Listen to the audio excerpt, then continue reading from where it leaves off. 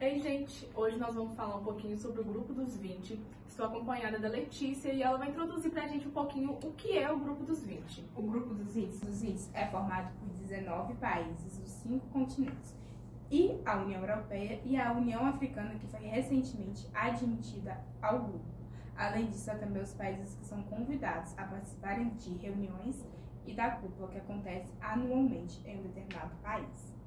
Como é que surgiu o G20? O G20 surgiu em 1999, após a indignação dos países em desenvolvimento, que estavam com os países desenvolvidos, né, eles tinham um grupinho só deles ali, e após também as 3 grandes crises que aconteceram na Rússia, com os tigres asiáticos e no México.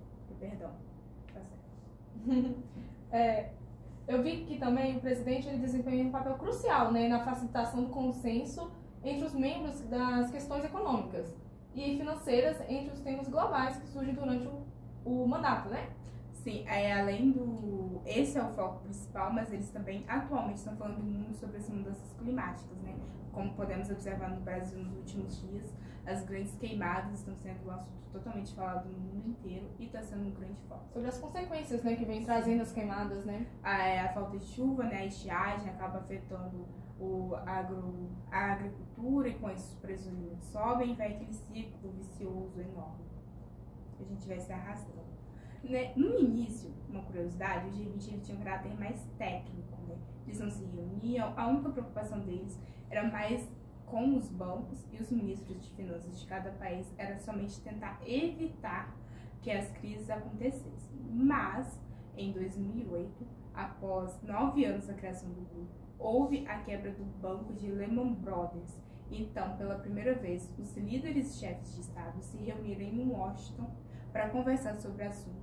E desde então, há acontecimentos, reuniões anualmente sobre o G20, fazendo cúpulas e diversas reuniões. Eu vi que o presidente, né, do G20, geralmente ele é responsável pela agenda do grupo, né? E tem uma troca, são 3 membros de 3 países e neles eles vão fazendo uma troca para quem ocupa o cargo da presidência com o apoio dos outros membros. Sim. Atualmente, e pela primeira vez, o Brasil é o presidente, né? Essas reuniões, essas cúpulas estão acontecendo no Brasil, em 13 cidades diferentes. E a cúpula principal acontecerá no Rio de Janeiro. Também o grupo, de maneira distinta em relação aos organismos internacionais e tradicionais, sendo estruturados em 2 vertentes, né? A vertente da trilha de chefes e a trilha de finanças.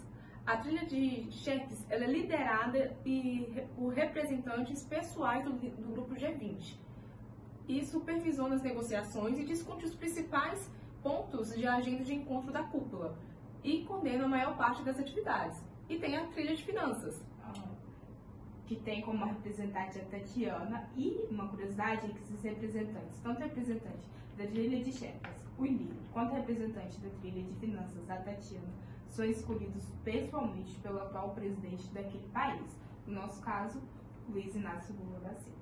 E a Tatiane, ela é Tatiane Rosito, secretária dos Assuntos Internacionais do Ministério da Fazenda e coordenadora dessa trilha. Uma coisa muito interessante também é que o grupo G20 ele é formado por 19 países dos 5 continentes. A União Africana, né, que você comentou, que é recém-admitida, e a União Europeia, além de outros países convidados. Algo muito interessante para mim foi que 85% do PIB mundial participa, né, desse grupo, 75% do comércio e 2/3 da população mundial está presente no grupo. Sim, países como a China, Índia, Estados Unidos, o próprio Brasil, Alemanha, França, que são países poderosos, fazem parte do G20. E falando sobre a presidência, como é escolhida e tal, anualmente os países eles são divididos em 5 grupos diferentes. Cada grupo tem entre 3 a 5 participantes e é criado como uma rotação. A cada ano é elegido um novo presidente para que fique realmente diversificado, fique um grupo diversificado, para que todo mundo, não importa se é um país desenvolvido ou emergente, possa liderar o grupo e falar o que realmente está acontecendo, do seu ponto de vista sobre assuntos globais, como a fome, mudanças climáticas, etc. Quero dar as boas-vindas a todos os Sherpas, vice-ministro de Finanças e representante dos bancos centrais dos países do G20 e convidado.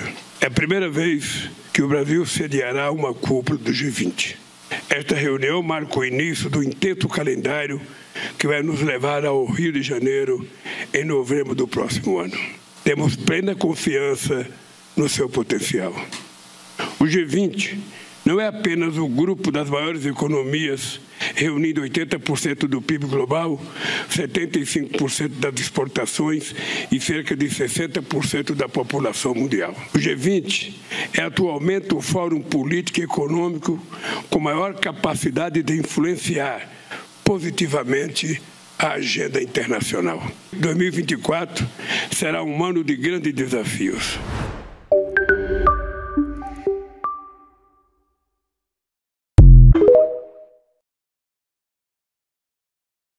Bom, nós voltamos acompanhada de uma colega nossa para falar um pouco mais sobre o grupo G20. Estamos acompanhada da Cibele. Boa noite, pessoal. Então, hoje eu vou falar um pouquinho sobre os impactos econômicos. Diante dessa emergência, o G20 já estava estabelecido e em funcionamento, pronto para ser acionado, sem a necessidade de um longo debate sobre a composição ideal de um grupo apto a coordenar a resposta à crise global. De 1999 até 2008, era apenas um fórum para discussões. A economia estava crescendo, mas havia algumas preocupações. Até que em 2008 teve a quebra do banco, causando um grande choque na economia global. Dessa vez, eram os grandes que eram o epicentro da crise. Diante dessa emergência, o G20 já estava estabelecido e em funcionamento, pronto para ser acionado sem a necessidade de um longo debate sobre a composição ideal de um grupo apto a coordenar a resposta à crise global. Foi o grande voo do grupo. O G20 foi o grupo para a coordenação de medidas, visto que a crise tinha uma abrangência global, mas também pelo entendimento entre os principais países desenvolvidos de que seria necessário para contar com a participação e os recursos dos principais países emergentes para superar a crise. E uma curiosidade, essa primeira reunião aconteceu em Washington, nos Estados Unidos, como dissemos anteriormente. Bom, além disso, o G20 promove uma cooperação econômica ativa, possibilitando que os países membros fortaleçam parcerias e coordenem políticas voltadas para o crescimento global, o comércio e a estabilidade financeira.